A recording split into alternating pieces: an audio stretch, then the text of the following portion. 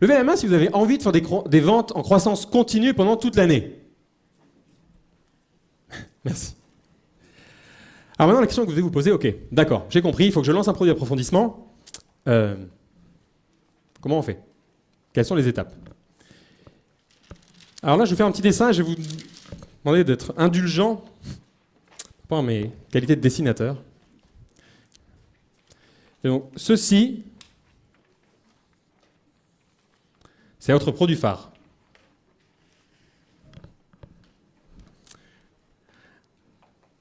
Cette sorte d'objet bizarre. Votre produit phare, on l'a vu avant, c'est un produit complet. Un produit qui résout 99,9% des problèmes de votre prospect sur la thématique. Pour créer votre produit d'approfondissement, vous devez regarder dans votre produit phare, est-ce qu'il n'y a pas une partie, un élément qui est particulièrement plébiscité par vos clients.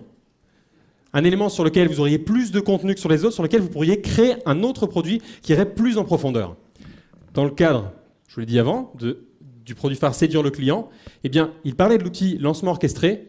Et donc, du coup, comme c'est un outil qui intéressait beaucoup déjà les clients de Séduire le client, il s'est dit, OK, je vais faire un produit spécial sur le lancement orchestré. Et donc, eh bien, vous créez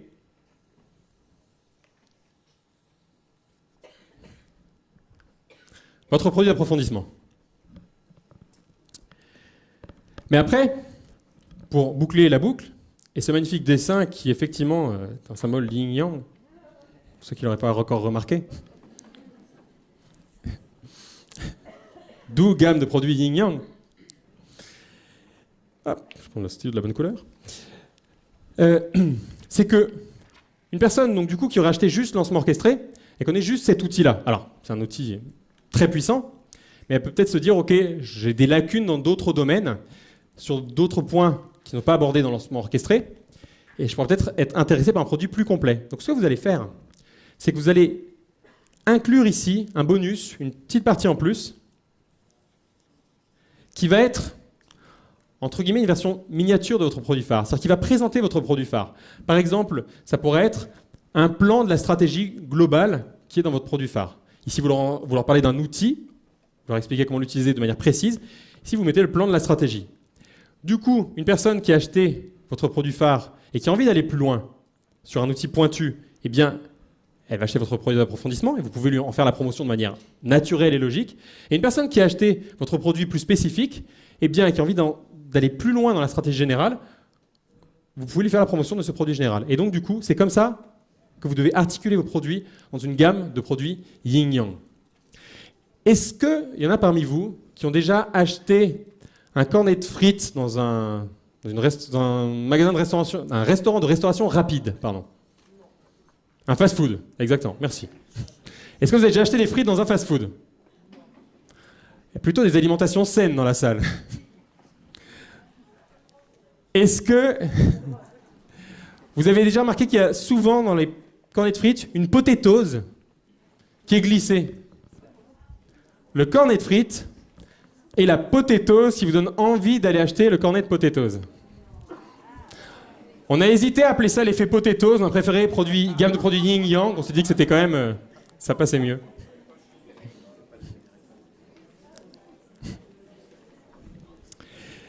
Mais vous avez vu maintenant comment créer un produit phare. Vous avez vu les pistes pour créer votre produit d'approfondissement. Mais je ne veux pas que vous vous limitiez à seulement 2 produits. Votre objectif, ça va être de créer vraiment toute une gamme de produits, et pas uniquement les 4 produits que l'on a vus, mais créer plusieurs produits au niveau haut de gamme. D'autres produits qui vont se détrôner, entre guillemets, les uns les autres. Pour ça, je vais vous donner un exemple issu de mon entreprise, donc Didax Academy. Et donc, on va étendre ce concept yin-yang à plusieurs produits. Donc, dans le cadre de mon académie, on a lancé un programme qui était un programme pour réviser toute l'année, toutes les méthodologies, tout ce qu'il fallait savoir en mathématiques en 30 jours.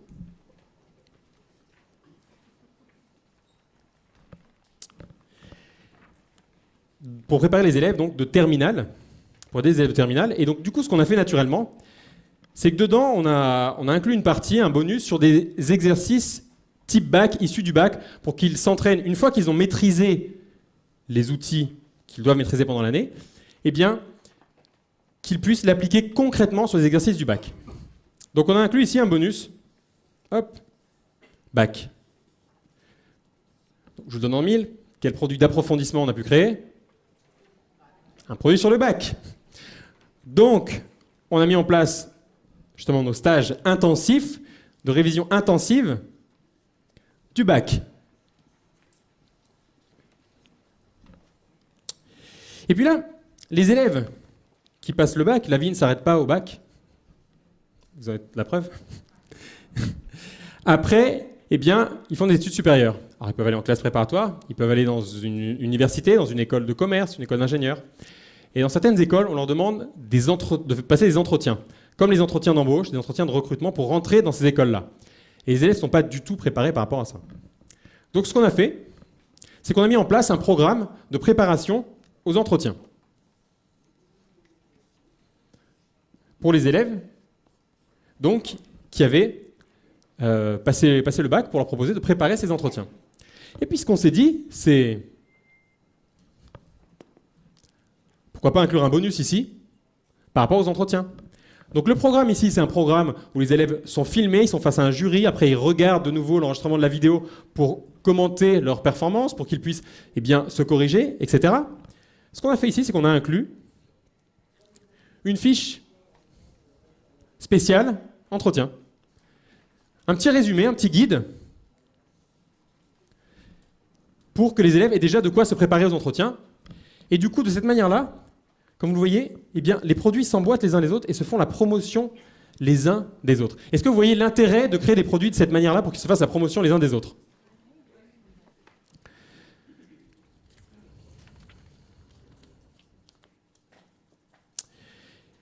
L'autre intérêt également de créer ces produits de cette manière-là, c'est que votre client qui vient d'acheter votre produit, il a appliqué les conseils, il commence à avoir des résultats, ça marche pour lui, il est ravi. Quel est le meilleur moment pour lui proposer un autre produit pour aller plus loin?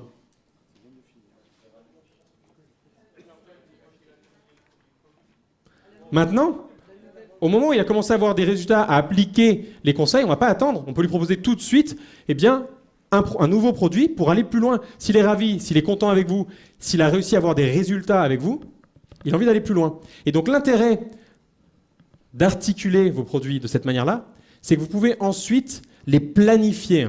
Vous pouvez ensuite, eh bien, au moment où vous avez proposé un produit et que vos élèves, que vos clients eh bien, ont obtenu des résultats, que ça marche pour eux, vous pouvez leur proposer, leur dire pour aller plus loin, maintenant, je peux te proposer ça, ça se complète parfaitement.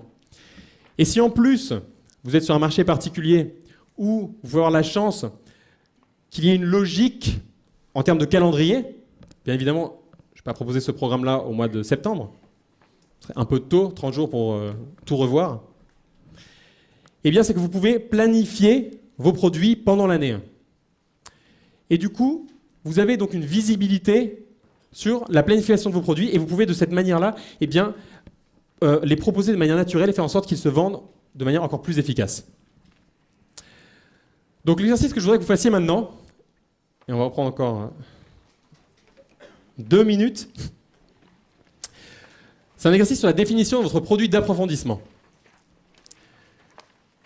je voudrais que vous posiez la question, que vous réfléchissiez à qu'est-ce que vous pouvez proposer comme suite logique à votre produit phare. Qu'est-ce qui viendrait naturellement juste après? Est-ce qu'il n'y a pas une partie de votre produit phare qui est particulièrement plébiscitée par vos clients ou pour laquelle vous auriez plus de contenu et sur laquelle vous pourriez aller plus en profondeur?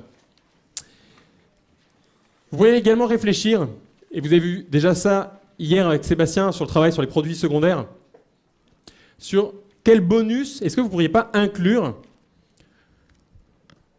dans votre produit phare qui fasse la promotion du produit d'approfondissement ou bonus dans le produit d'approfondissement qui ferait la promotion du produit phare. Donc je laisse 2 minutes pour cet exercice-là, on se retrouve dans 2 minutes. Merci.